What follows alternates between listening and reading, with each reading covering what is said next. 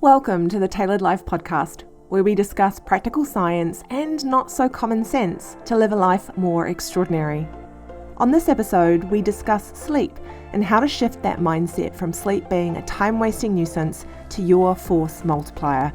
We share practical and powerful ways to improve sleep so you can unlock clarity of mind, increased energy, improved mental health, reduced food cravings, and a healthier sex life.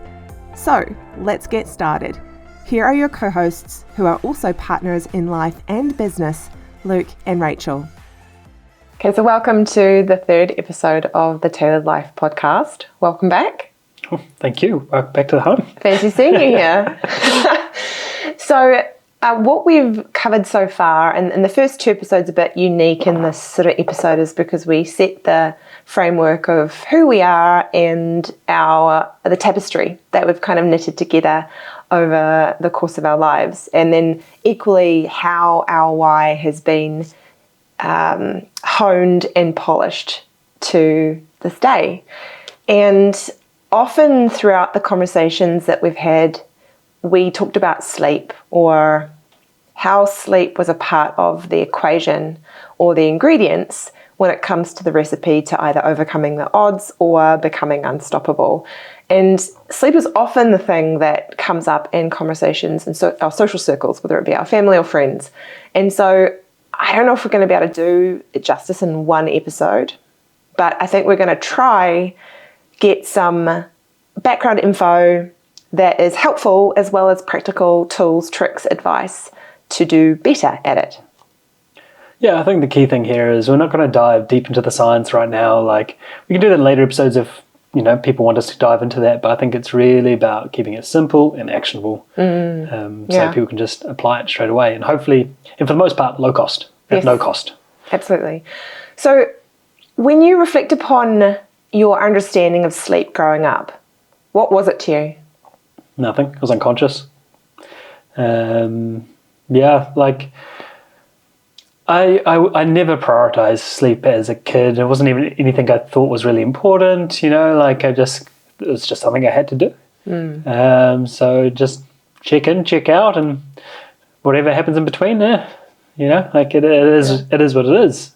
So yeah, sleep was never a priority. It was just, a nuisance, if anything. Yeah, I'm glad you said nuisance, because the interesting paradigm I have around sleep is that it's sort of this vestigial or byproduct of thousands of years, millennia of evolution, that there's not much you can do when it's completely pitch black, back in cave men and women days. And so to me, I always thought of sleep, oh yes, it's something we've got to do. And as a society, it seems like that's normal. Everyone goes to sleep when it's dark. But I didn't think of it anything else other than this inconvenient way to waste time and be far less efficient than if I could just actually do more all-nighters, or do what you see on social, where it's like 5 a.m. club, or stay up late and do this work and hustle, and despite what you're doing or not doing when it comes to sleep and restorative time. And so I think society has kind of reinforce this idea that sleep is just a nuisance, and it's really an inefficient way to spend your time if you want to become kind of this elite hustler, or to do well, or to find time to learn or do other things that you love to do, which is so erosive to people's health. 100%. Yeah, I think efficiency is the key word there. And, I sacrificed my sleep for efficiency for the longest time, because I thought that's what I was supposed to do to be efficient. But really, it's the force multiplier. If you sleep well, whatever you've done the day before, like your memory, like your recollection, your motions, your energy levels, everything is 10x'd.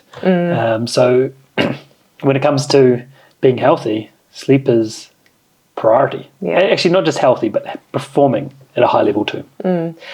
And so that sort of leads us into the various conversations that we have, not only in clinic with others, but also with our kids. Because kids they honestly trying to get information into their heads and get them to remember important stuff is just like, shotgun. Let's hope something sticks. And I recorded an interview on the way to school today that our VIPs will have exclusive access to if you sign up. We do all this behind the scenes content. And so this interview with our kids in the car, like the number of times we've had conversations about why sleep routines and sleep hygiene is important to us as a family. I was like, oh my God, it has nothing landed. And so I guess that also brings us back to the clinic, where oftentimes sleep is the foundational aspect to any work we do, no matter we're doing high-level executive programs, all the way to just basic coaching that we do, that sleep is the undercurrent and underpins everything. And that's also one of your, like as a 4-pillar health philosophy of mindset, lifestyle, nutrition, and movement. Would you say sleep comes under lifestyle, or is it also a mindset thing? It's a combination of both, because we know if we're not sleeping well, we're not emotionally stable either. But we'll kind of probably double tap into that as we go a little bit further along to why that is. Yeah, I want to share one conversation I had with a client's partner a couple of weeks ago, which I shouldn't have felt so satisfied with this answer, but I really was. So for the specific client, she has an APO gene, which indicates she has issues with lipid movement or fat movement in her brain, which means that she might be more susceptible or genetically predisposed to things like Alzheimer's. We'll get to that at another episode, I know, because it's an important gene to talk about. And so I said to her, for her, sleep is so paramount to help her brain clear all the garbage, which we'll talk about more later. And so protecting her sleep, lights out by 10, and then ensuring she protects a full night's sleep was critical. Of course, the partner was there, and we haven't done his genetics yet. So we have no clue where that might impact him in the lipid metabolism and garbage collection of his brain. But he said, I've been okay having 5-6 hours of sleep a night, and I'm perfectly fine. And I said, well, how long have you been sort of having that approach to your life? Oh, probably as a teenager, I started to sleep 5-6 hours a night. And I said, do you suffer from any mental health or mood issues or just anxiety, depression? Oh, yeah. Yeah, I do actually. Oh, when did that start? Probably in my teenage years. And I was like, silent. I let that drop. And he's like, oh, yeah, okay. So it's funny, even just such a simple conversation within 45 seconds, it's like, okay, maybe there's some correlation here. But I mean, I want to hear more about this within your client set, because you've seen way more than I have over the last sort of 15 years. How has the conversation around sleep gone usually? There's always resistance. I think because people ingrain themselves into such deep habitual patterns of whether that be TV into the early hours of the morning, whether that be just scrolling or doing work. They're just continually just in these patterns over and over again, and to break those patterns is hard for anything, right? And you got to really want to do it. And the only way to really show them results is for them to actually make the change, to see the benefits of it. But that's always a coaching moment, of really just guiding them down that path, and like anything, just picking one thing and starting with that and building upon that. But you really need to get the buy-in. And because, much like that client, they don't think anything's wrong because they've never been optimal. They're so used to being in a suboptimal state, they think that's optimal. It's like I'm good. But do you really know what good is? Yeah. I mean, there's a sentence you spoke in our first episode, which literally gave me chills. And if our equipment didn't fail right at that like magical statement, we would have been able to capture that and have it as an outtake. But one thing that you talked about is once you started to play with the levers under the mindset, lifestyle kind of categories or those pillars, which included sleep, you did not realize until then, until you gave it a go, how in retrospect you were living a suboptimal life. Yeah. So up until that point, I thought I was fine. Like I was functioning. I was studying, doing my degree. I was playing rugby at the time, and a whole bunch of other sports. I was performing at a pretty good level. But it wasn't until, I addressed that mindset, that lifestyle, that nutrition, and obviously the movement in the background, but primarily those first three pillars. And sleep was a massive component to that this just brain fog lifted. And for the first time, I just had clarity of mind and I could just perform. Honestly, I just remember sitting down at my laptop and writing, just like blogs just flowing out of me. I'd never been in such clarity of mind at that point, and the energy that I had, I was charged. And I was ready to go. And I was like, why have I not been doing this sooner? And it's not until you get to this point of the state where you're like, okay, I wasn't good. Now I'm better. But again, I've got so much better since then again. It's just these stepping stones, and you don't know until you achieve it to what you were struggling and suffering with. So, that's part of this podcast, is really teaching people to, try things out, test things out. And if we can get improvement, let's just stack upon that. And who knows, you may be living a much better quality of life.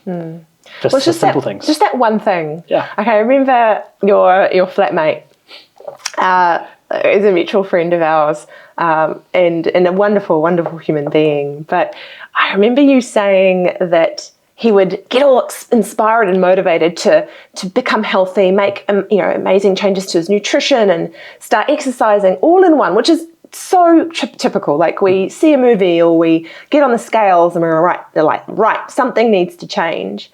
And I remember you recalling a time when he came downstairs and he's all amped up, and you said that the title of that book that we saw at the stationery store the other day. What was that? One thing. Just pick one thing. And that wasn't just the one time. This was multiple times. There was a series of times where he would bite off too much that he could chew. So he would be, super motivated. But the thing is with motivation dwindles. You might get 2, 3, maybe 4 weeks of solid motivation where you're just charged and ready to go, and you're doing these 10 things that you want to do all at once, which is great. But it's not great when that motivation dwindles, because you're just not going to keep it up. Yeah, and you go back to your default mode. You go back to default. And so what I always challenge clients to do is to pick one thing and do that one thing for a period of time and create a habitual pattern around that one thing. So you stack that on a pre-existing habit. So whether that is I brush my teeth, then I go and do 2 minutes meditation. And I say 2 minutes specifically, like I'm talking 1 to 2 minutes. If you're going to start a meditation habit, you don't start with 10 or 20 or 30 or an hour. You start with 2 minutes max. And you've got to build that habitual pattern of showing up day in, day out. So that's what I told him to do, is to pick one thing that he could do and to stack it on an existing habit. And, we were talking probably 5 years ago now. And it's a joke that we have every time. He's like, if I just picked that one thing, I would have 20, 30 things by now, all stacked on top of this one thing. But he still hasn't done. What's the failure? It's the frustration of failure, where it's like I still can't make that permanent change. And the thing that often makes me feel a little bit, it makes me feel frustrated, is when we're working with clients, there's always a question we have at the end of the notes, is if there's one thing we can hold them accountable to that's a non-negotiable, it's sleep. So to protect that time. And I'm going to be very, very honest here. When you first met me, sleep was not a priority either. It definitely wasn't. Extrinsic things would happen. I'd have a bad night, or I'd have a report due, or had a really important meeting, and I wouldn't sleep, and I'd get up. I wouldn't sleep, and I'd get up at 1 o'clock in the morning, and I'd just literally work through, and I wouldn't sleep at all, and I'd felt super productive, but at what cost? And I think from an emotional regulation perspective, you definitely saw the impact on my life, which I do want to get to eventually. But we've all been there. You've been there too. Oh yeah. Cannot sit on my high horse here. Like I said, sleep was not a priority as a kid, and that really followed through into my uni years. Right, like when I was doing my bachelor's, and like there was a lot of partying. I think I mentioned that in the kind of first episode. A lot of drinking and a lot of late nights. Like then we got like as a group, we would go to the library pretty much and do all-nighters because it was a 24/7 kind of facility. So we, like, I would just crank the caffeine. Like, I'm talking 2 big Red Bulls, and it got up to a point of taking like 10 no-dos, so straight caffeine tablets. So like I was just cranking on caffeine and listening to drum and bass, just trying to get into it, but I was just shaking. And if I think back to that state, or that I got myself to, it was a horrific state. And I can guarantee the quality of work was nowhere near what it should have been, because I was working through the early hours of the morning right through. And then I remember showing up like 8 a.m. when the assignment had to be handed in.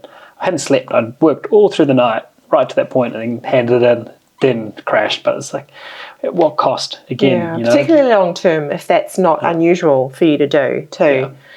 And so when you started to prioritize sleep, what were some of the things that you found profoundly changed with your health? Like, what was the outcome of actually getting lights out by 9:30, 10, sleeping or staying in bed until at least sort of 6:30, 7, or as long as you sort of needed to sleep in? What amounted to that? Like, what resulted from that? What did you notice? Yeah, so balance, first of all. Balance? So, yeah, I felt more balanced as a human being. I was like, literally like standing on one foot, I can be totally... So emotionally, kind of just like a lot more stable and balanced. Like, I've always been quite stable in my emotions, but, I just felt just a lot mentally there, right? But the thing that I think was the best is the productivity. We're told we need to work these long days, but when I actually started to get really focused on my work hours and just focus on that, like I covered twice as much work as I would do in a longer period. Probably more efficient work in the fact that it was the big rocks. Yeah, it was 100%. It was way more efficient. That's kind of what I was getting at. It wasn't the shallow work that I'd be kind of doing, keeping myself busy because my brain's fried and it's not really working, and I'm just like sitting at the computer but not very functional. When I sit down at the computer now to do the work, or with a client, I'm on, and I have the ability to switch on and off a lot easier. Where prior to that, it was just a big fog, and you spend your time fumbling doing through busy work. Yeah, busy work, or shallow work is what I like to call it. Instead of doing the deep, solid work. What I noticed is, like you, far greater emotional balance. So I had been, as I mentioned in my last episode, there was a whole bunch of emotional turmoil that had happened sort of leading up to meeting you. But even throughout my relationship in the last sort of 10 years, I've been in and out of depression and anxiety. Anxiety probably just as a general visitor, as the days, months went on, but depression at times, because I was largely unhappy with my life. I was making a lot of decisions that eroded my own self-care and boundaries, which we'll talk about in the future episode, and we alluded to in the last episode. But one thing I noticed when I started to prioritize sleep is I started to feel a lot more emotionally stable.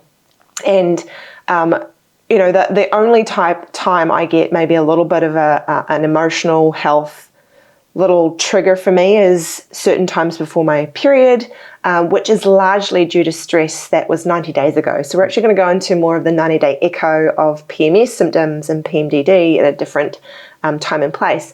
But largely the sleep prioritization definitely made huge inroads to emotional regularity, and then also clarity of mind. So now when I don't get sleep, you're right, I focus on all the shallow stuff because I just can't deal with the big stuff. And when you're looking at strategy and you're only doing all this shallow stuff, you might feel productive in the fact that you're getting some things done and things are getting ticked off your list, but it's the big stuff that matters the most to achieving those big goals that would just completely be delayed. It's the Pareto principle, right? It's the 20% that's going to equal the 80% of results. So if you can focus on that key 20%, so much better than doing all that shallow work. Yeah. There's one client in particular who's an absolute weapon. Is in the space of investment, and what's been so beautiful about him, and the reason why I love working with him is he most often does what he says he'll do. And he'll always go back to sleep, because what he's found, and he's so grateful for us to be like honing and being on it at him about sleep hygiene, that he's like, Rach, it's night and day. I feel so much better when I get proper sleep.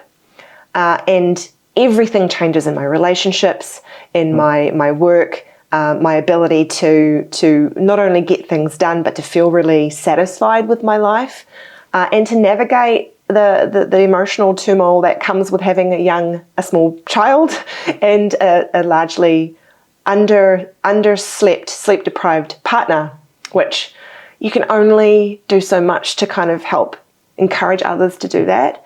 But as long as you're focusing at least on doing it yourself, you can support others around you too, despite them not actually wanting to prioritize it themselves. And leading by example, right? Like if you lead by example, they will generally follow along after all they see your results. It might, 9 times out of 10, it's not straight away. Just because you're focusing on it, they're not going to focus on it. They need to see the results. And best thing is you're generally somebody that they know the most. So they will follow along if they see profound change, which they will with something like sleep. But the other thing that I also want to mention that was game changer for me, and when I did my transition, was when I was in my Ironman days, right? When I first started doing triathlon, kind of Ironman side of things, I was that classic athlete, 5 a.m. swim squad, that's kind of what you do. You get up at 5 a.m., you go to swim. But it wasn't until I started, tracking my sleep and really identifying these things that I realized I wasn't getting my restorative sleep, my REM sleep. We'll go into that a little bit later. But again, what I noticed was by taking that training times to a more restricted period, which is harder to fit it all in, especially when you're doing a sport like Ironman, but I really focused again on that Pareto principle, that efficiency, that 20% that equals the 80% of results. So really focused on how I could just be smart about what I did. And when I did that, yes, I wasn't able to join the swim squad. I had to do my swimming elsewhere, which was harder because it's always nice to be able to do it in a group. But my recovery was so much quicker. My performance was so much better. I felt more mentally sharp, so I could work and train. Wasn't at the cost of everything. And I think you mentioned something right there, and it wasn't until you started to measure it. So I think that's been the key to reconnecting. We call it reconnecting the 3 brains at Tailored Health, but it wasn't until we started to implement wearables that would look at sleep, that gave people a replug back into their bodies, that helped them understand not only how they were currently sleeping, but also how different decisions impacted both their sleep generally, but also the sleep stages, which many of these wearables will do it by inference, so it's not a direct sleep stage computation, but it's near enough to be able to give you insight. And so when you came across the Aura sleep ring and you started to wear it and you started getting information, how did that change your conversations, not only in your own narrative, but also to your clients? Yeah, so prior to the Aura, I was using kind of the app trackers, the classic phone things which you put in your bed, which I really resisted and didn't like because, having a phone close to my head while sleeping. But yeah, it wasn't until, they were helpful, but it wasn't until I really got the Aura that things really changed. And I've been with the Aura for quite a long time now. So what is it? So yeah, this is the Aura here. So it is a sleep ring. So very sleek, and what I love about it is the minimalistic design of it. It looks like a normal ring, get away with it. And it's not as bulky as, say, something like a Whoop or a watch. It is very invasive, which is what I love about it. And it's a super powerful device for such a small device. So it measures across 3 metrics, so sleep, activity, and readiness. Obviously, sleep and activity are pretty obvious what they are measuring. Readiness is kind of a combo of everything, really, trying to identify how ready you are to take on the day. But in the sleep tracking, as you mentioned, it's an indirect measure. So it is not directly measuring your brain waves. So it can't measure your sleep cycles accurately to be a direct measure. Because to truly understand our sleep cycles, we need to understand the brain waves. So what it does is it does it indirect measures by looking at other metrics. But in saying that, we have compared this to the Dream 3, which is an EEG device which we wear on our head, which tracks brainwaves, and we found it to be pretty consistent and pretty accurate.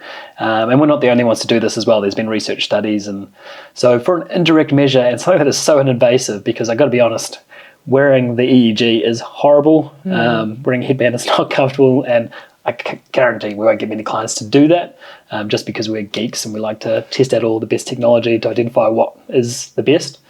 We wear it. But yeah, so Aura's always been my kind of go-to. Yeah, because originally it started out as just a sleep ring, so it would only track metrics while you sleep. But the new Gen 3 is more of a wellness, overall wellness and sleep device now. Gen 2 is doing it too, right? But it's just, again, it's getting better and better as it goes. And yeah, it's just becoming more and more powerful as it gives us further insights into other areas. And you converted me to this pretty early on. Yeah.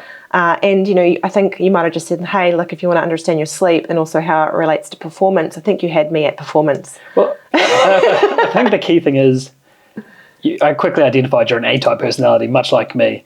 And as an A-type personality, you're driven, you want results, and you don't want to really make change unless it's quantified.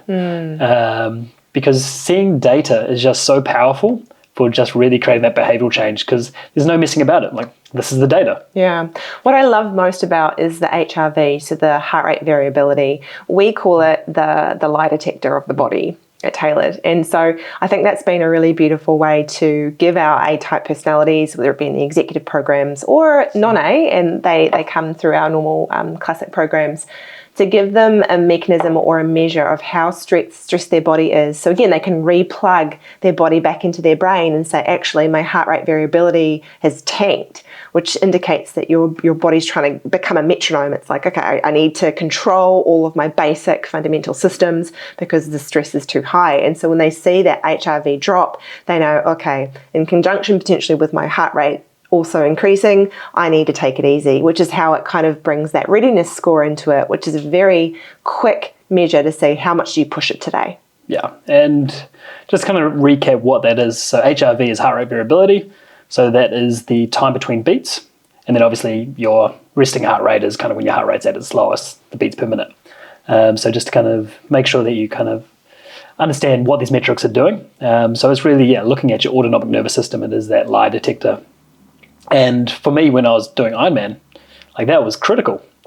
Like, you need to know how ready you are to take on the day, because if your stress levels are too high, and by stress, I mean stress encompasses everything. So it's mental and emotional stresses, it is lifestyle stresses, it is nutritional stresses, it is environmental stresses. Everything is a stress, right? So we need, in Ironman, you have to really regulate all those. So I needed to make sure, did I sleep well? Did I over-exercise? Is my body not responding yet? Especially with Ehlers-Danlos, I'm slower at recovering to most. I had to really hone this and really understand when my body's ready to push and when it's not ready to push, and listening to that and really plugging that into my training. And what's been powerful to add on to that is genetic factors. So one thing to add to the various stresses is specifically how the lifestyle and environmental factors actually exacerbate how your body, the book that your body reads from to create its blueprints or to create its functioning, how that's been impacted by those external stresses, and then how that impacts how the genes are being read, the proteins that are then being translated to function your body, and then overall your symptomology. Yeah, because we know my inflammation pathways, they're just shot. Yeah, and so squeaky. So those enzymes, so what that means is genetically you have some variation to specific genes that are related to the inflammation management pathways that are inherently squeaky. So fundamentally, without some environmental lifestyle factors to intervene, that's going to be a slight disadvantage for you.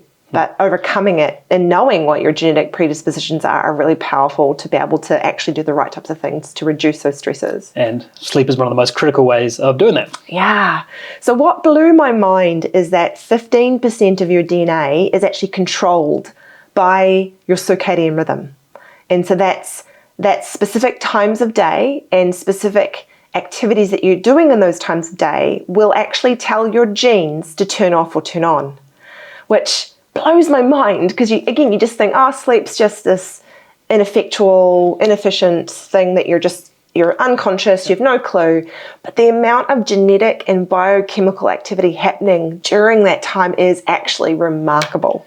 Yeah, it's an absolute orchestra, right? Like we think we're just, like you said, we're unconscious. But really, when we look at REM sleep and specifically, which is your rapid eye movement sleep, so the later hours of the morning, so you kind of end of your sleep, our brain is 30% more active than it is awake. Oh, that's crazy. Like, that's just unbelievable, but yet you're completely incapacitated because your body cannot move. It's in paralysis.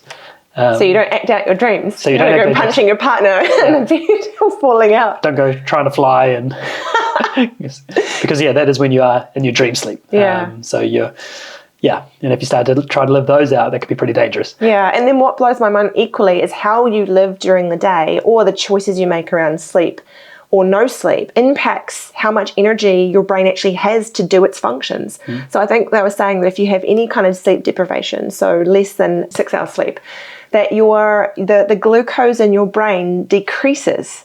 So it literally has less fuel to do its job when you start to actually have sleep deprivation. Yep. And that's just one night. So what that means is you just crave more sugar. So your body is craving sugar to give you the energy that it requires to function. So that's why you go for those biscuits or you go for that chocolate or that cake or the Snickers bar or whatever that may be for you. Like that is why people crave sugar after a bad night's sleep. And also why if you do an all-nighter, which I definitely recall this when I was doing my all-nighters, the craving for sugar and junk is just horrific in the early hours of the morning. It's a self-fulfilling prophecy too. Oh, absolutely. Because as soon as you start getting all of that sugar in the system, the dopamine hits of like, oh, this is making me feel good. I want more.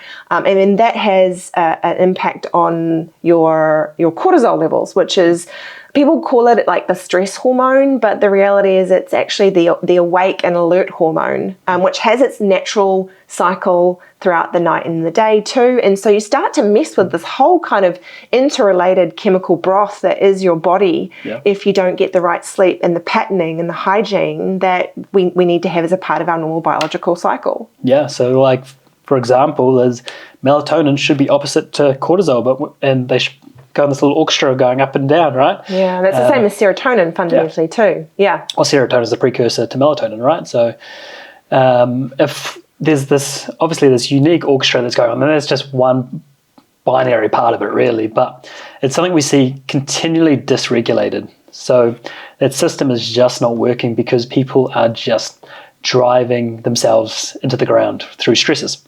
Like I said, whether there's mental and emotional, lifestyle, nutritional, or environmental stresses, they all respond in that same way, and that is that dysfunction or that dysregulation of that system. So therefore, your cortisol starts peaking when it shouldn't be. So, for example, those that wake up in the early hours of the morning, so maybe 3 a.m., they're waking up and they're just tired and wired.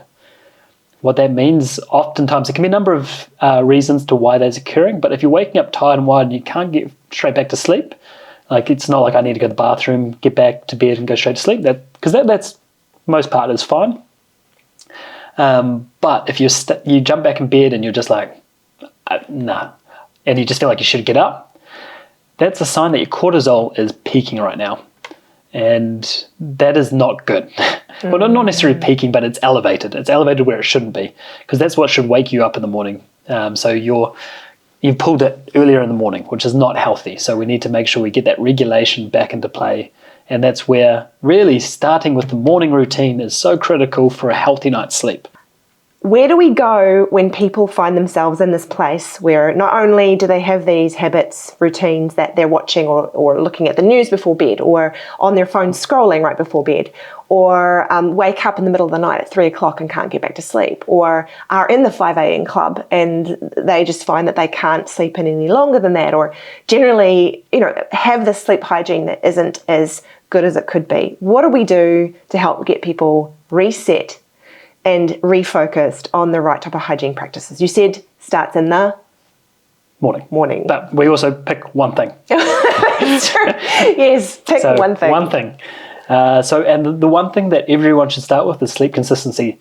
To have the most profound impact on your sleep consistency is the number one. So wake up at the same time, go to sleep at the same time. And even on the weekends, no more than an hour difference. So yeah, so if you wake up at 7 a.m., wake up at 7 a.m. Don't sleep in past 8 a.m. on the weekends because that's going to dysregulate that cycle. Try to be as close to 7 a.m. as possible. And when you go to bed, same time. So maybe it's 9 or 10 p.m., same time. So that doesn't mean going out partying, that's going to dysregulate you. So it's just trying to keep as consistent as possible. And for the same fact, it's also been shown in studies, if you sleep deprive yourself, so say you go out on a Saturday night and then you're out all night, you're absolutely exhausted, it's actually healthier to go to sleep at the normal time that you go to sleep. So say you normally go to sleep at, say, 10 p.m. and you go out the night before, you don't get home till like 3 a.m. and you're absolutely exhausted that Sunday night. You want to go to bed at that 10 p.m. time. So stay awake all the day until the 10 Well, you can nap during the day, right? Like Yeah. napping's fine, but you don't want to nap beyond 3 p.m. because that's going to dysregulate that circadian rhythm again. So you want to make sure you can fall asleep at that 10 p.m. But you want to keep that consistent. So it's healthier to wait to that period of time. Which I know at times you have to call me out on. Oh yeah.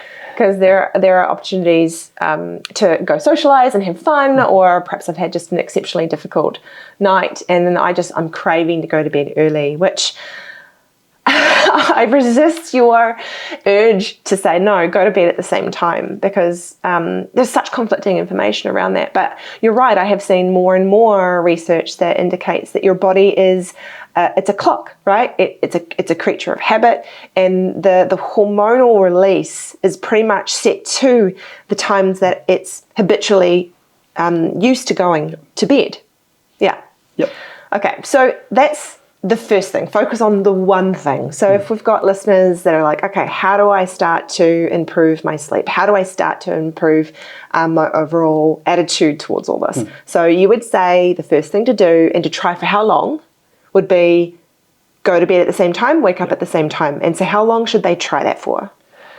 Make sure that it's easy enough to do, right? Like that it's consistent, a couple of weeks, and then you can start layering upon another thing if you're finding that easy. If it's a challenge, and you just got to keep going till it settles in a little bit more consistent. Because the key thing is we don't want to be changing too many things at once, because motivation will dwindle and it gets challenging. Just making a habit is the key thing. Yeah. So if you were to say, all right, a couple of weeks in, you've already kind of established a pretty consistent go to bed time, lights out time, and then wake up time. What would be next? Yeah, or perhaps you already have a consistent wake cycle. So as soon as you wake up, getting natural light exposure. So if it's a blue sky day and there's heaps of sun, 5 to 10 minutes is going to be plenty. If it's a overcast day, you're probably looking around 20 to 30 minutes. But getting out, natural sun exposure, no sunglasses, no windows. So don't think looking outside your windscreen when you're driving to work is enough. It's not. You need to be outside in natural sunlight and getting as much of your body exposed as possible, but especially the eyes. Because that goes straight to the pineal gland and other tissues of the body. But that essentially tells your body it's time to be awake. Yep. It's the reset of the clock. And essentially from that time when you're getting that exposure, all your sort of the orchestra, the symphony that's playing will start to kind of play out for the ensuing kind of next 24-hour period. Yeah, exactly. Yeah. One thing that I always struggle with that is the desire to have my sunglasses on. So, you think, oh gosh, I've got to protect my eyes. But what I always admire about you is how disciplined you are, that when you are outside, whether we're traveling, whether we're not, is the sunglasses are off. Because if you've got the UVA, UVB protection of the lenses, or even if you don't, if it's darker, then your pineal gland isn't getting the type of light it needs to reset that circadian rhythm, which I don't know how long should you have the sunglasses off? Is it just based on what you said? So 5, depends on the weather. 10 minutes. Okay, got it. Yeah. And then if you do 2 glasses, if you do have prescription glasses or contact lenses, they should be fine. Okay. So you can still have those on and get the natural sunlight. Yeah. It won't impact it. Because it's also sunlight on your skin too, isn't it? So that'll also help. There are conversions of your biochemistry in the skin that can help contribute to the resetting of the circadian rhythm as well. Let's assume that you've done those 2 things. So you've got a consistent sleep and wake cycle. You're getting some exposure in the morning to natural sunlight. What would be the next thing that someone could do? Yeah, so like obviously there's a lot more things we can do in the morning to kind of help establish that morning routine and that circadian rhythm. But at this point, I would generally kind of come to the evening to kind of get the evening routine sorted. And then as we get that sorted, we can start to go back to that morning. So this is where the principle that we kind of lean on at Tailored is the 3-2-1 sleep principle. So 3 hours before bed is you have your last meal. 2 hours before bed, you stop working. So for you workaholics out there, your bedroom should be your sleep sanctuary. There should be no office work done in there or no scrolling or anything like that. And then it kind of leads to our 1 hour before bed, no technology. And I think this is the hardest one for most people, unless you're a workaholic. The work one's pretty challenging. So yeah, no technology. That includes phones, TVs. So finding a practice in which you can do to help down-regulate our system, because those technologies are going to spike our dopamine. They also emit blue light frequencies, which are the same frequency as the sunlight. So therefore it fools our body into thinking it's awake. So we need to allow our body to down-regulate. Sleep is not a switch. We need to slowly down-regulate. And that's what the 3-2-1 sleep principle allows, is that guiding towards a down-regulation, because food's going to keep you awake. If you're still metabolizing your food when you're trying to go to sleep, your basal metabolic rate is going to be higher because it's processing all that food. Same thing when you're working. If you're kind of in that work mode, really cognitively thinking, your mind is going to be wired, which is not going to help with that down regulation. And then obviously with technology, that's just going to directly impact it because it's designed to hook you, addict you, and keep you alert. Well, again, dopamine is the biochemical of motivation and alertness. So if you're sitting there scrolling, getting the sort of the rewarding, the dopamine hits, it's like the complete villain to sleep. Like all of the biochemical elements, the orchestra that's supposed to play, scrolling and being on your phone or any kind of device that's giving you those hits is like, no wonder people can't sleep. Or if they do, just collapse asleep because they're so exhausted, it messes up their entire sleep cycle throughout the rest of the night.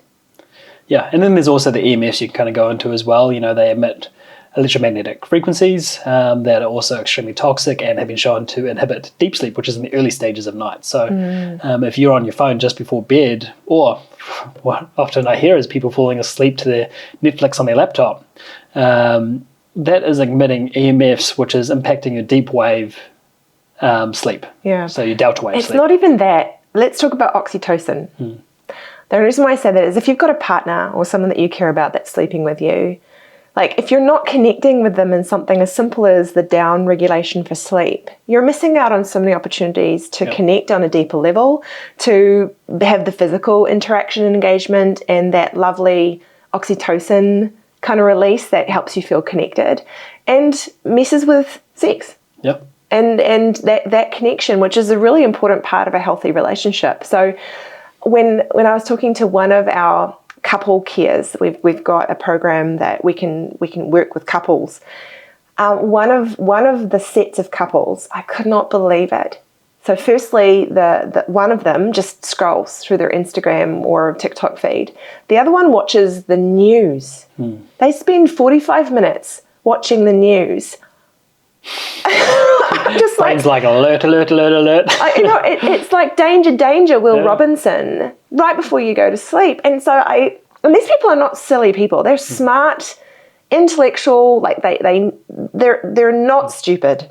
And so it's one of those things where I just think how much we live by default. We don't even think through the fact that we are fundamentally a biochemical broth that engages and interacts with our environment and also our decisions, and that it negatively impacts and influences their life in ways that they just haven't even thought through. And so having the conversation with them and explaining to them what's actually going on biochemically, they're like, oh, didn't think about that. And herein lies what we're trying to do here is educate. Again, we also got to keep in mind that the technologies are designed to addict them and pull people in, right? Like they are designed very intentionally in that way. So again, it's not the end user's fault. Like they just need to be, observer to their behaviors. And that's what I suppose we're trying to do this podcast, is to kind of bring these things to attention to help people be that observer a little bit more. and try to adult themselves. Because then I also reflect upon how hard it is consistently to try to educate our 9 and 12-year-old. When, again, we're a biochemical broth that is, delicately orchestrated and largely coded by genetic environment interaction, which, again, we have influence on.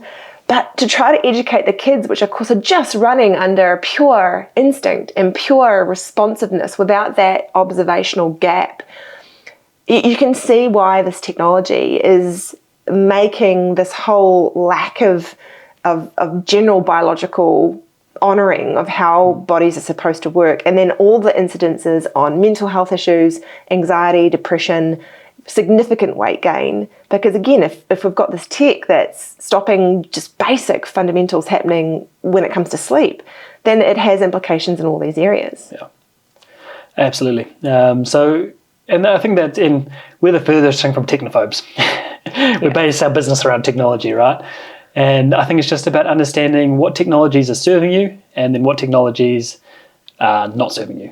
So it's really being able to be that observer, identify, is this serving me or is this draining me? Yeah. And a lot of it's to give it a go. So we often say 4 to 6 weeks total, like give sleep a go and reflect upon how it's changing the day-to-day functioning of your mind and body.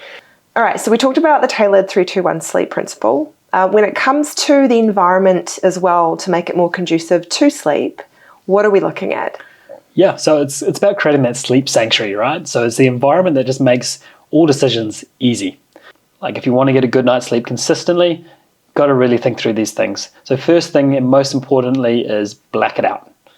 So your room needs to be black. And I'm talking LED lights. So if you have, a alarm clock to the side of you, go analog.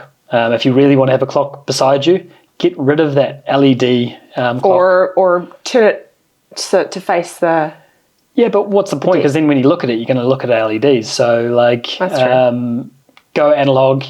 You don't really need it. And also, ideally, getting the technology out of the room. So phones, if you can, get it out. This is a big challenge for most people.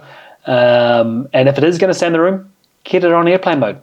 So get into a habit or set up your phone in a way that it automatically goes in airplane mode at whatever time your bedtime is. Well, the hour before your bedtime, obviously, because you're not going to be on it coming up to bedtime. Then it's just looking at the environment. So we want the environment to be a cool environment so your body can dump heat if needed. So you can put on as many blankets as you need to keep yourself warm, but you want the ability to dump heat. So the ideal room temperature is that kind of 17 to 21 degrees. And in Fahrenheit, I believe that is 63 to 70 degrees Fahrenheit. So it's really important to have that healthy environment. So how do we dump heat? There is 3 areas in our body in which we can dump heat. So we got the palms of our hand, the soles of the feet, and the kind of forehead. That kind of areas in which the body can release heat. So this is why when you're getting hot, you might notice you kick a foot out or kick your hands out. This is a natural thing for your body to do because it knows it's going to be able to dump that heat and down-regulate itself. Because to really fall asleep, our body needs to drop in temperature, our core body temperature, which is important. So we're not talking about our limbs, we're talking about our core body temperature. So we need to be able to dump heat from the core body temperature. So chucking an ice pack on your neck is the worst thing you can do because it's going to cool you down locally, but your core could still be overheating. So you can really get yourself into some strife because your body thinks it's cool when it's really not. So in really hot environments, it's extremely dangerous to do such a thing. Is that why when you're sick, having a flannel on the top of your forehead is often a really great place to help regulate or push out temperature? Exactly, yeah. And as part of the reason why when I have my headaches with my concussion that I put that ice cap on, that gets pretty much focused on there to kind of really help cool that system down because it's going to help drop the core body temperature. So it's also a really good hack for getting to sleep quickly too. So there's devices that we can go into, but simply put, you can just put like a cold flannel on the forehead. It's going to cool you down, or just making sure you have your feet or your hands outside of the blanket, especially in summertime, to kind of help them down-regulate and cool yourself down. Hence the importance of having a cooler environment so your body can regulate as required. Yep. So if it's a warm environment and Yeah, you got nowhere to cool down. You're just in a hot box, essentially. So it's just about allowing that space to be able to get your hands out where it can get a bit cooler. You know, you generally want blankets on if it's 17 degrees because it's quite cool. So yeah, that's why we keep it at that cooler temperature. Got it. Yeah. So having that, and again, there's devices we can get to kind of really help manage and support that. But we'll talk about those later. I want to try and keep these very kind of simple and effective. And free. Yeah. Free activities to try to improve your sleep. Exactly. What's interesting, talking about Sleep Sanctuary, is how many people have TVs in their bedroom. Yeah, let's go about that. Which statistically and for research impacts your partner and your sex life and your ability to connect. So it's quite interesting, this correlation between having this TV in the room and your connection with your spouse, but also sleep quality. Yeah, I can't remember the stats around the TV in the room, but it's actually really profound to how much that actually impacts your sex life. I think it's like 50%. Like, again, I'm not 100% on these numbers, but I believe it's like a 50% drop in sexual activity with your partner for having a TV in the room. Just simply having a TV in the room. Secondly, that emits LED lights. It just shouldn't be in the room. The Sleep Sanctuary is designed for 2 S's: sleep and sex. Like, everything else out of the room. I'm hoping that a lot of partners out there will listen to this and think, right, if I just remove the TV from the back bracket and close up those holes, so it's like the TV is out. Yeah. We could pretty much say that'll have direct impact, assuming you're playing your cards right, generally with your relationship, with your sex life. Yeah, get the TV out. It shouldn't be in the bedroom. You got to make sure that your brain and body knows what to do when it hits that room. It is down regulation time. You should not be watching news. You should not be watching movies.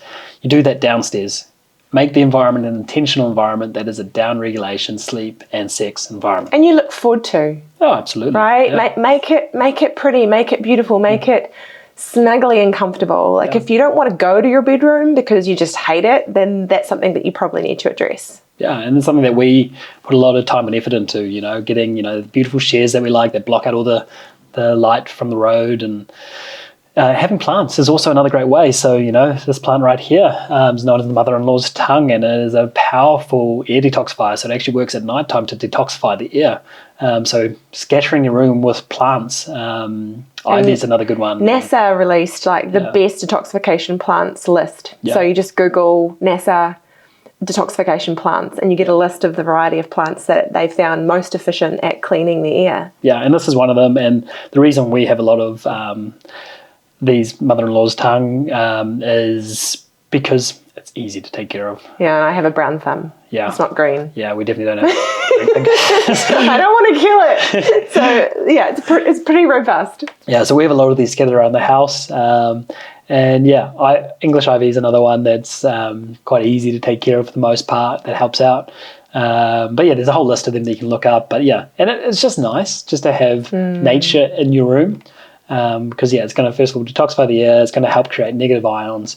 And the other thing that helps create negative ions as well is keeping the window cracked. Always, all through winter, summer, keeping the window cracked. Obviously, depending on your space and the ambient noise, but the window being cracked is really powerful for creating that fresh air, because you don't want to be in a damp environment. And if you close things off, and especially with if there's 2 of you in a room, the breathing and the respiration is going to create dampness, which we don't want. So we want to make sure that, first of all, that dampness can get out, because mold is extremely toxic.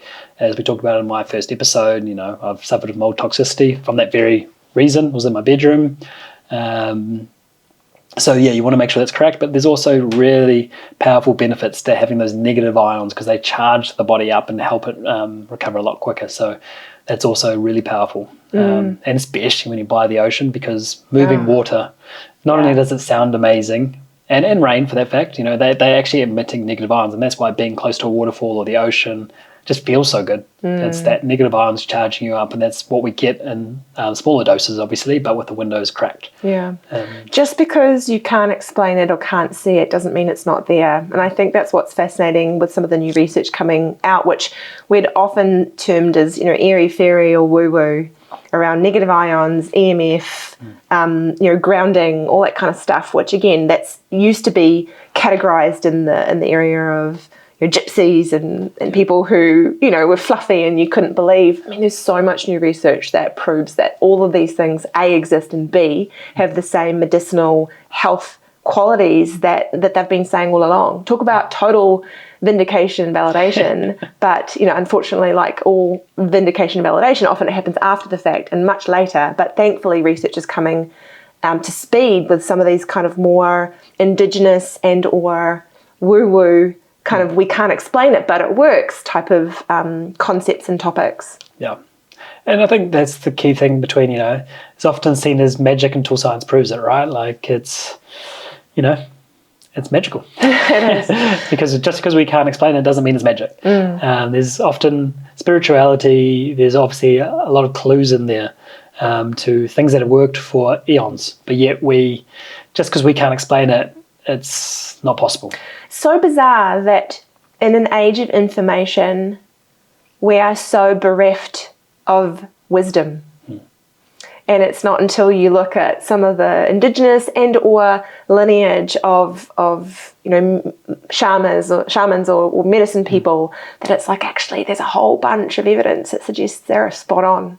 And they have been for a really long time. We just stopped listening. Well, that's what I found interesting, just to kind of go on a little bit of a tangent, but we won't go too far down this rabbit hole. But when I was on my master's on Heracea merinaceus, which is lion's mane, the mushroom, I identified there was a lot of research on it, and it had just been forgotten. Like mushrooms in particular, that's where penicillin comes from.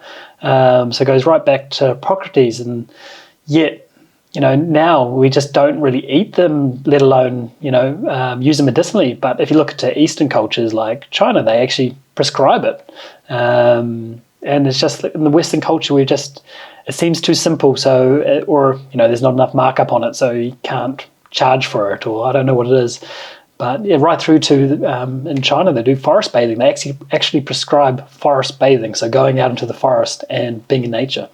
Which blows my mind. And that's talking about even legal mushrooms. I'm so happy to see that there are bodies of medical associations and governments and states that are also starting to legalize the use of things like psilocybin and other natural medicinals that have psychedelic activity for things like PTSD or other clinical mental health condition treatments. Yeah. Because again, the world actually houses so much wisdom and magic within its own flora and infrastructure and how it works. Yet again, we're so bereft of that wisdom, and I don't know where it went wrong, where that wisdom was cut, and then the traditional kind of industrial revolution and science took over until it can ultimately catch up. Yeah. Yeah, and you look at the things that we do have in society that are okay, right? So to bring it back to sleep is alcohol. Is a very commonly consumed toxin that is extremely damaging and painful for our sleep. Like, yes, by having alcohol, your sleep latency will be improved. You will get to sleep quicker. Yeah, because a lot of people say, when I have a glass of wine, I'm out, like that. Nightcap, like the nightcap is known as a powerful sleep aid because you get to sleep quicker. But what they don't know is probably because they don't track their sleep architecture is extremely disrupted. They're not getting the restorative sleep that they should be getting, and they'll often wake up a lot more frequently throughout the night because of that, because their liver's having to detoxify and do work that it shouldn't have to do at that point in time. Like it should be focusing on the regeneration of the thing, not removing toxins from the system. So it's also understanding that the impact, yes, you can have a glass of wine or, a beer every now and then, but just being aware of the impact that it actually has on your system. And, there's something we see clearly with tracking. And one reason why I just don't drink very often, if I do drink, I'm very strategic around how I drink. But it's just because I've seen the numbers and the data behind it. And, it's just not worth it for the cost. And it's not until people have the ability to measure, because we're not great at checking in our bodies. So you brought up another, again, point of using tracking. So what we find most commonly a barrier to entry for long-term health change is trying to replug people's brains back into their bodies and actually check in and see what's going on. And we find wearables to be a healthy conduit or augmentation to that, where actually they've got some type of device that actually gives them some numbers so they can see changes to their overall health metrics, even if it hasn't necessarily percolated up to their brain into really specific and obvious changes to their overall daily life. So one thing that's been powerful for our mums is getting them onto wearable devices, because when we talk to them about sleep and what happens when they don't get sleep, because your mum is good at working way too late and my mum is good at, she's so busy tidying up the house and fluffing about and doing what she loves to do, she ends up spending way too long watching TV before bed and then has problems with sleep. And so giving them devices that help them understand that has been powerful, specifically deep sleep. Again, understanding that my mom has also ApoE4 gene variant, which has implications to fat metabolism in her brain. But how has that been for you to help people better understand the importance of that deep sleep window as well as REM sleep on emotional reset? Yeah, so firstly, there is no sleep stage that is more important than the others. It's all about context, right? And what we're trying to achieve and maybe what is lacking, what is doing okay. So it's just about understanding that, they each have their part to play in the orchestra. And for example, we've kind of alluded to, I think in my episode, talking about the glymphatic system. So the glymphatic system is the garbage clearing system of the brain. It's how we clear out all the plaques and proteins, so the tau proteins and the beta amyloids, through the brain. And that's basically rubbish in the brain. It's like rubbish. Yeah, it's just rubbish that collects, which is very much associated with the Alzheimer's, dementia, neurodegenerative diseases. So it's the same etiology as, those neurodegenerative diseases. So obviously there's a pretty clear association there that we want to make sure we're supporting that system so that doesn't build up. And I want to make a distinction here where you've got your lymphatic system and then your glymphatic system. And the G in the glymphatic is a testament to the glial cells of the brain. And so that is essentially the garbage collection, the fluid filtering, the cleanup of the brain specifically. Yes, exactly. So where the lymphatic system works through the blood, so that is the kind of the blood clearing system of the body predominantly. Yes. Yeah, that works towards the heart, where this is obviously clearing out from the brain. And this only occurs in deep sleep. So, for example, with your mum, if she is not getting that deep sleep, it's going to really directly impact her glymphatic system clearance. So hence why we're stressing the importance for her that she needs to get that deep delta wave sleep, because that's what the brain state is a delta wave state. It's that slow wave state that we achieve. And that's in the front end of that night. So in the early hours, no, it's not early hours, but the first part of your night of sleep is kind of when you start to fall into that deep sleep. Once you go through the stages, you go through each stage and then to deep sleep. And that is where the money is really spent for you. So for those that are getting to bed after midnight, 1 a.m., for the most part, they're missing the majority of the deep sleep. The body will fight to kind of regulate it and try and get some deep sleep in, but you're not going to get the right amount of quantities that you really need. And it'll probably be at the cost of your REM, so therefore everything kind of gets cascaded and impacted. But yeah, so the deep is really important from just that restorative nature, that deep restoration. And then if you're not getting that, that's going to really play a part in days to come. And cognitive, so predominantly cognitive elements, higher brain thinking. Yep. If you think about your brain like a city, metropolitan, where you've got your streets, every Tuesday our garbage truck comes. Same thing that happens every night for the road network in our brains, is that you've got to have that regular clearance. Otherwise, if we didn't have that regular clearance in our normal streets, we wouldn't be able to get our cars through, which again has this exact same situation with our brains. If our brains aren't clear, then signals can't go through as well. Yes, exactly. And for me, that's been extremely powerful, because obviously with several head injuries now, I need to be very critical about that, because again, it's often a very common thing is the beta amyloids and the tau protein buildup that is associated with that concussion, and hence why I've had to really focus on my deep sleep. And in through tracking, I noticed in the early days of my concussions, my deep sleep just tanked, absolutely tanked. And so it's an important thing for people that have head injuries or know people that have head injuries to make sure that they're getting that sleep and prioritizing that deep sleep to kind of really entrain that. And there's a whole bunch of strategies we can go down the route to kind of pulling those different levers to help deep sleep. Same with REM. And but yes, that's deep sleep. And then REM is the other kind of deep restorative state, and that's REM for rapid eye movement sleep. And this is that dream wave sleep. This is in the early hours of the morning, just before you kind of wake up, generally that 5 a.m. to kind of 6:30 time. It's the last cycle of REM, isn't it? Really? Yeah, it's when you get the majority of it. There'll be little scatters throughout, but the majority of it will be in that late hours of the morning. And that was what, we both sacrificed when, you'd get up early to work and train, and I did much the same when I was going out to the swim squad, and just getting up for work myself as well, because oftentimes when I wasn't getting up for that, I would just work, because there's something beautiful about those early hours of the morning when nobody else is awake and can disrupt you. You can just get so much done. And I do miss that, but it's just about creating that elsewhere, right? So turning phones off and creating that non-disruptive environment elsewhere and still getting that sleep, because what I learned is how critical that is. And from whether your goal is work or just relationships or athletic, REM is extremely important.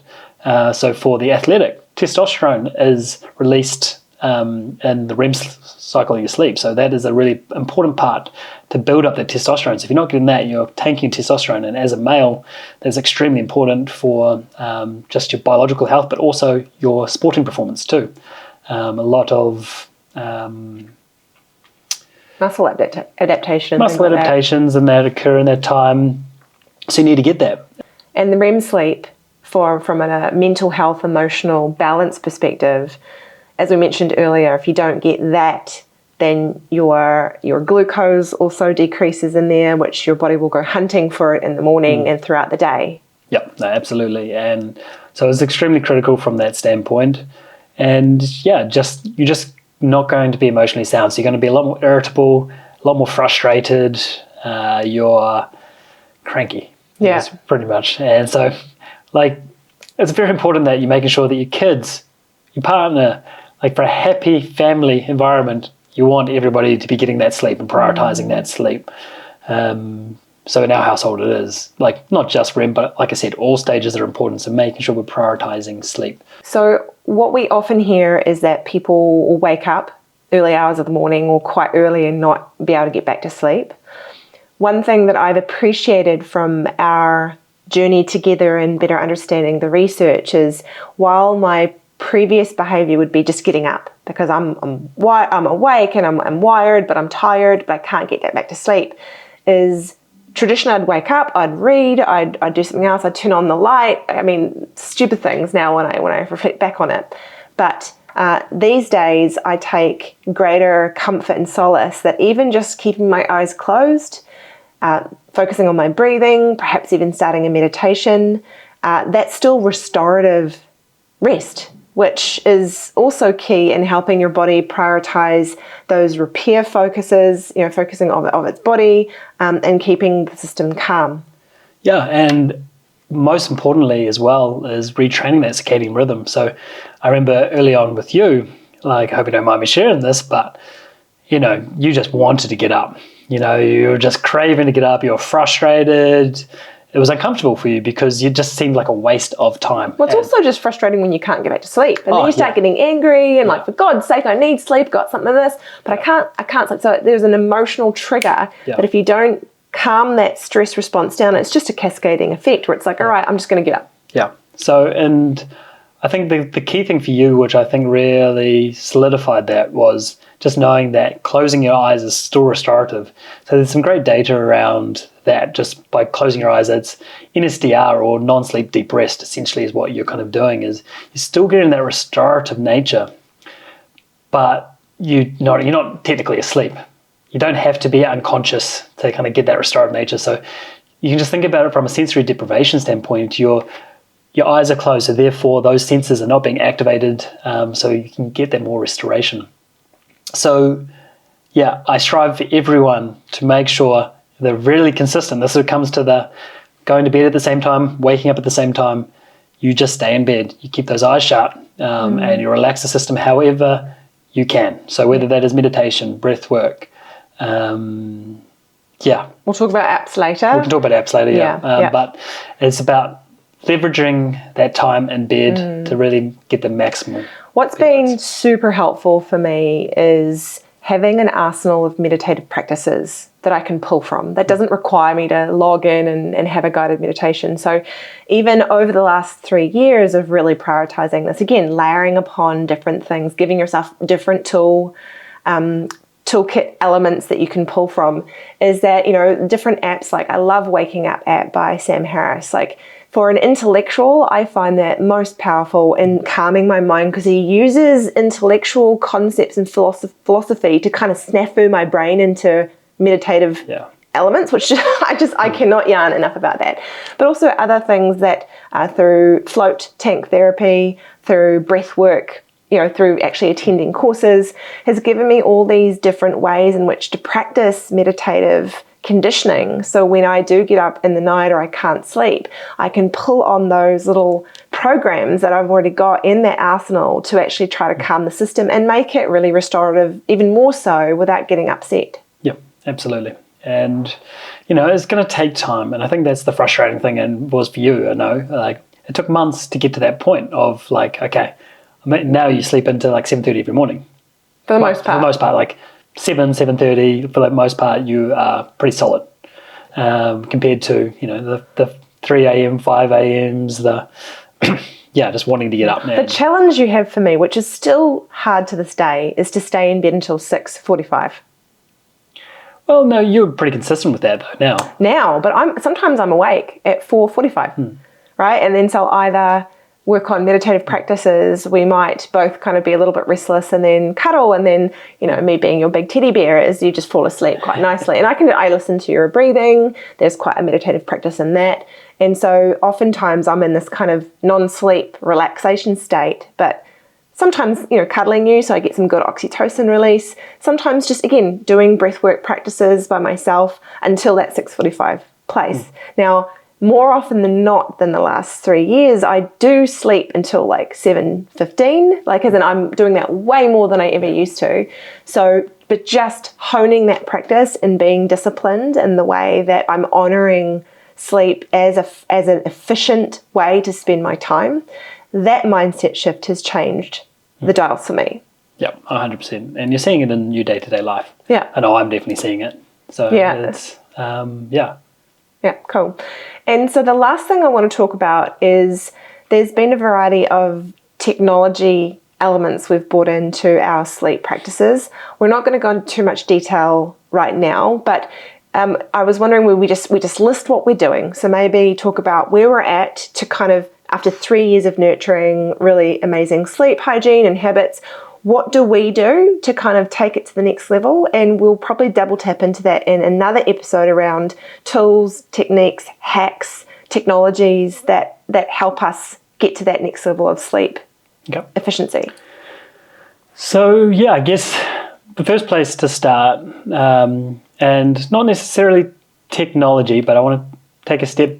Well, it can be technology, but it can also just be free as well. But we'll go back to the morning because, again, I said that morning is so critical for that evening routine. So, waking up, good things you can do. And it's about stacking these things, right? So obviously we've talked about getting sun exposure. That is extremely important. But getting movement as well is also something that's going to trigger that circadian rhythm. So we want to make sure we're getting movement early in the day. And that doesn't have to be high intensity exercise. It can be just going for a walk. Getting grounding. Again, getting outside, getting your feet into the ground. We talked about the negative ions that come through the window. It's much the same from the ground, but making sure we're on natural earth. Again, that can be done another way. Since we're talking about technology now, I can start layering the other things. I have like a grounding mat. So a mat that I plug into the earth on the wall that emits those negative ions. So you can do that while working as well. So you can figure out ways in which you can start to stack these things. And then another great way to kind of wake yourself up in the morning is getting that kind of dopamine kick through cold immersion. So for us, it's like a cold shower or an ice bath. There's another great ways of just kind of waking that body up. And then coffee. Like you can see our coffee cups here. We're big coffee fans. But it's about the timing of that coffee, because it is a technology, right? It is something that we have crafted. And depending how you define technology, I define technology as something that we have created, right? And coffee is an amazing technology that I absolutely love. But I'm very particular about how I use it. So I don't want to impact my circadian rhythm. I want to allow my, we'll probably cover this another time, but the adenosine to kind of build up, which is that kind of sleep debt. I don't want to just tap that out straight away by having a coffee as soon as I wake up. So we try not to have our coffee until 90 minutes after waking. And for us, we only have one coffee a day.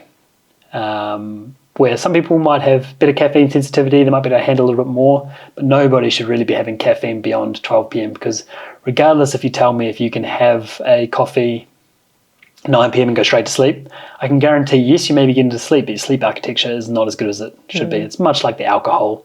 It's impacting your sleep architecture, so therefore you're not getting that restorative sleep as much as you should. Well, caffeine half-life is 8 hours. Exactly. Depending on your metabolism, Yeah. 6 to 8 hours. So if you have 2 cups of coffee in the morning, then effectively 8 hours later you have still 1 cup of coffee in your blood. So that's still running around, and then 8 hours later, then that's half of that in your blood. So 50 milligrams, once you start to kind of cut it down. So you still have caffeine running around in your blood, regardless of what you think is happening. Yep. And so this is where having kind of a cutoff around 12, we've found quite powerful for not only ourselves, but also our clients.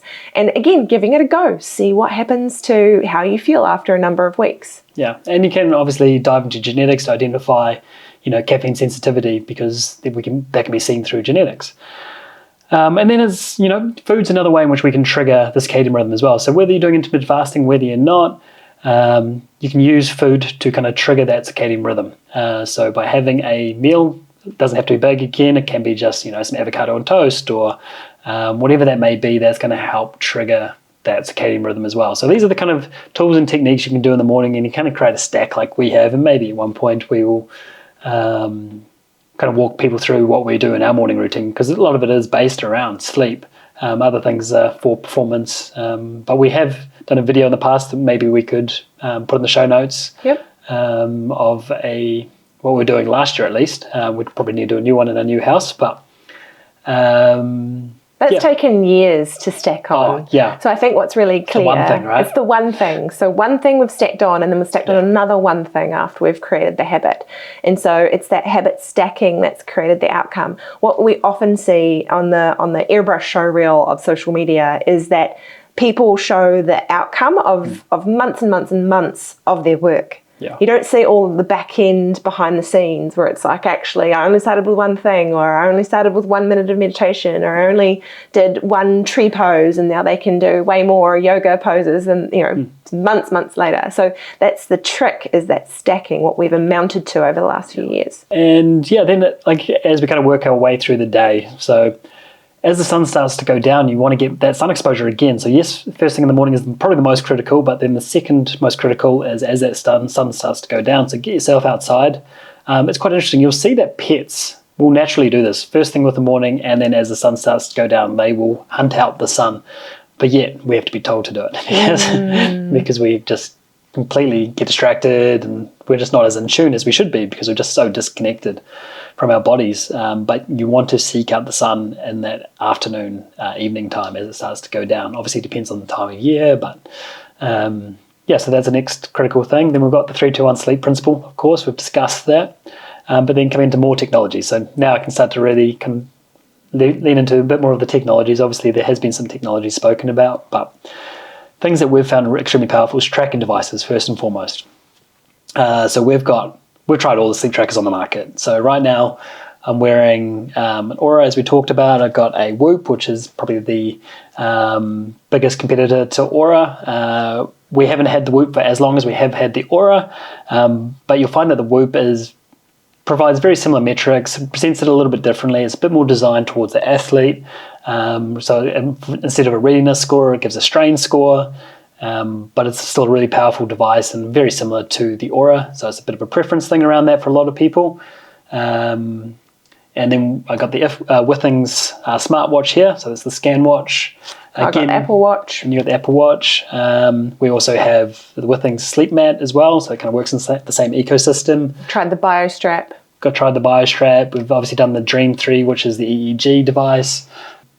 and probably one of our favorite kind of go-to devices will be the SleepMe Dock Pro, which is a temperature-controlled mattress protector that has channels. Well, it's a mesh-like. So our previous Ula was had channels down it, but the more recent device, the Sleep Dock Pro, has a mesh device, so it spreads out the water a lot cooler, a lot more dispersed, and it allows temperature control, so you can either cool or heat this mattress pad.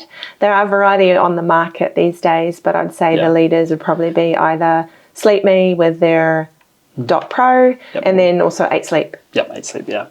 So they're kind of two kind of leaders, and it's an amazing device, and much like I talked about earlier with the kind of temperature regulation as being such a critical thing, because our body needs to drop down in temperature before we go to bed. You know, that is vital. It needs to drop a couple of degrees before we can attain that deep delta wave sleep. So that's been a very critical device for us, and that down regulation, but also that architecture throughout the night. So we have actually scheduled ours in certain temperatures to kind of achieve certain things, and that obviously changes throughout the year. But there's also other things you can do in the way of temperature regulation if you not as lucky to have a device like that, because they're not cheap. So, for example, I mentioned we want to reduce our temperature. Unlike in the morning where we want to have cold immersion, in the evening we want to get us heat exposure. So we either want to go in a sauna or a hot shower or a bath or a hot tub or a spa. So getting some heat exposure is actually the best thing you can do to cool your body down, believe it or not, because what that's going to do is it's going to create the blood to rush to your peripherals, which is going to cause your core body temperature to drop. So again, it's not doing a long sauna session or a long hot tub session. 20 minutes, you don't want to go beyond that point. It'll be enough to kind of raise that temperature, bring that blood out to the peripheral, and allow you to dump heat.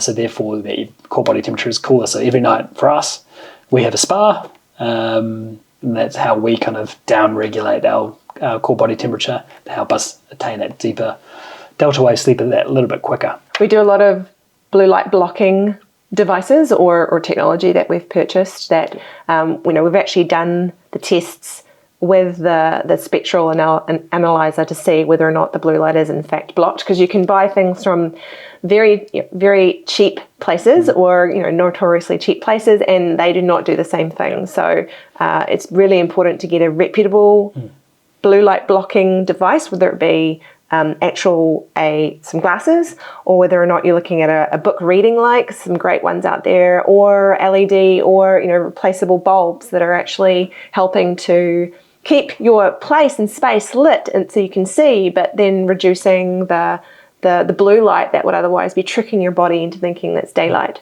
It's another simple way in which you can do it is just removing the light from the environment as much as possible, and where you can, replacing it with that red or amber kind of coloured light. It's going to be extremely powerful. But if you are going to be looking at a device, for example, maybe you're watching TV. Obviously, you won't be watching TV in that last hour before bed, but if you're watching TV, it's winter, the sun's gone down, you want to try and stay in tune with the circadian rhythm, you can put the blue blocking glasses on, or you might be looking at your laptop for something. Obviously, not working within that 2-hour window, though. But you can use these devices to help stop you from getting that light exposure. Or, for example, like many times when I've had to go to the airport early hours in the morning, I'll make sure I've got my blue blocking glasses on, so I'm making sure I'm maintaining that circadian rhythm, so I'm not teaching the body that this is an okay time to be awake, so I'm keeping my coffee out, I'm wearing my blue blockers, I'm not having any food, I'm trying to ensure my body knows that this is still my sleep time as much as I can. Yeah, it's almost like, that whole alligator brain. Yeah. Right? At the end of the day, trying to give it very clear boundaries around what is and is not the time to do certain things that is within your control. That's actually quite critical. To retrain that alligator, that crocodile brain. Yeah, absolutely. Yeah. So we have a whole bunch of technologies that we use to kind of block that light out, because again, that's so critical. And beyond that, like I said before, it's like blocking all the LED lights. If you have any technology in your room that needs to be blocked, so anytime we go to a hotel, I carry around my blue tack, which and I just go and block everything out and unplug anything that I can. So if there's a TV in the room, I'm unplugging that. If there's smoke alarm, the notorious, always just above your bed. And, oh God, just And the blinking light. I'm like, no. So the blue tack on that, block that out. So it's The just cleaners must arrive after we've been when we forget to take it off and think, what are these people doing? yeah. I remember when we had open homes and before we sold our house yesterday, because you like to put blue tack all around. We had an alarm panel in there, which of course just was so. It's stupid that you couldn't control or turn off the backlight. But it would just sit there and you covered that thing with so much blue tack. And every time we had an open home, the times we forgot, the realtor had to explain what was going on with this blue tack, like putty filled kind of alarm panel, which it was always fun to explain. But yeah. I love your commitment to this. Like, it is next level, your commitment to this, which I do enjoy, because at the end of the day, you keep me absolutely accountable, which is where it kind of comes to where the rubber meets the road. Until you start to learn some of this information, until you start to see quantified data about why it's also important, or the shifts, sometimes it can be a hard pill to swallow within your partnership, because people have got their habits. Oftentimes we see one of the people within a partnership really wanting to lean in, because they're like, I'm sick of feeling this way. I'm sick of being overweight, tired, stressed, and whatever it might be. And so they start to implement some of these changes. But of course, if your partner doesn't care about getting sleep because they don't understand it, and so you might go to bed at 9:45, but they're still up watching TV until 1 o'clock, they come in and disturb you, that creates tension. And so we totally get that this needs to be a team effort, because while it's wonderful that we have this podcast and we're trying to educate people, it's quite another thing to get people to do it, particularly in a partnership. And so I guess the key thing here is the technology or the devices help you quantify what's going on. And also give you language in which to discuss with your partner. Yep. Also, sometimes genetics. Like when when one person within a couple has had their genetics run, and we've found some interesting information around inflammation or fat metabolism, where it's their sleep can impact how that gene has been expressed. That can also be a really powerful way to explain it to a partner too. And hormones. So hormones, doing Dutch Plus test, where you can identify, through testing urine, we can identify, urine and saliva, for this one, because we're looking at the cortisol awakening response. So we talk about cortisol and melatonin. This actually tests that, so we can identify, do you have cortisol waking up in the morning, and when is that happening? And we can actually see that flow throughout the day. So we can understand, is that cycle working for you or is it not working for you? So for those that are chronically stressed and may have hormonal issues, we can do hormonal testing for that. Yeah. And so I think it's these diagnostics and this type of metric, again, that replugs the brain into the body and gives people aha moments. But also within partnerships where maybe it's hard to get your partner to kind of make some of these changes, when we have them join the client in meetings and actually share some of this information and get them their aha moments, it can create a more powerful team effort around making sure that sleep is a priority for the family unit or the couple unit. And so totally get that can be a hard slog, but is completely worth fighting for. And there's ways that we can improve the knowledge by podcasts like this, and also the in-clinic education and the clinical diagnostics that we do. Yeah, and the beautiful thing is now, to really understand your sleep, you don't need to go to a sleep lab.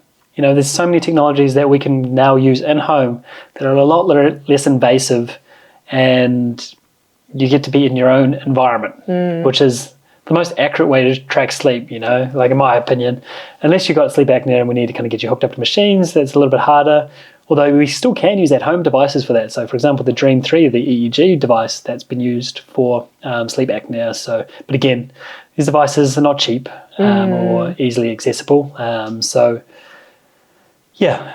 cool thing is technology is really helping us unlock this hidden or misunderstood secret source to health and performance. The more we can prioritize our sleep, the better society and the world is going to be. And I can't wait until this whole paradigm where you almost get a badge of honor for sleepless nights or burning the candle at both ends, or, oh my gosh, the number of times I see these these leaders talking about waking up really early in the morning and getting things done, unless you have the genetic variant that is so rare in the population, when you round it up, it's 0.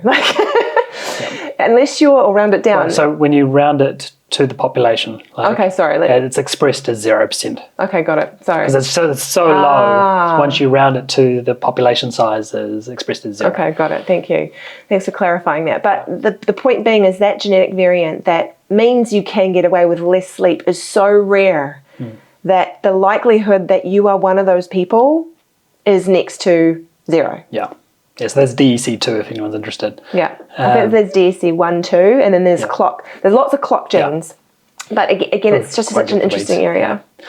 But yeah, so like a thing that I think that frustrates me is it's not just in the kind of the leader space, it's also the athletic space as well. You know, you've got to be up in the early hours of the morning training, and you know, I understand the workday kind of forces you to do some behaviors to kind of fit things in, especially if you work a classic 9 to 5, but if you look at the top elite athletes, they prioritize their sleep. And it's quite phenomenal to see, because the harder you work, the more sleep you require as well. So, you know, like, I can't remember the numbers off the top of my head, but, you know, like the Michael Phelps, the LeBron Jameses, they prioritize their sleep. They're getting like 11 hours sleep a night, somewhere around that range. Hard. Yeah, because their body requires it, because you can't work that hard and not expect that your body needs to bounce back from that.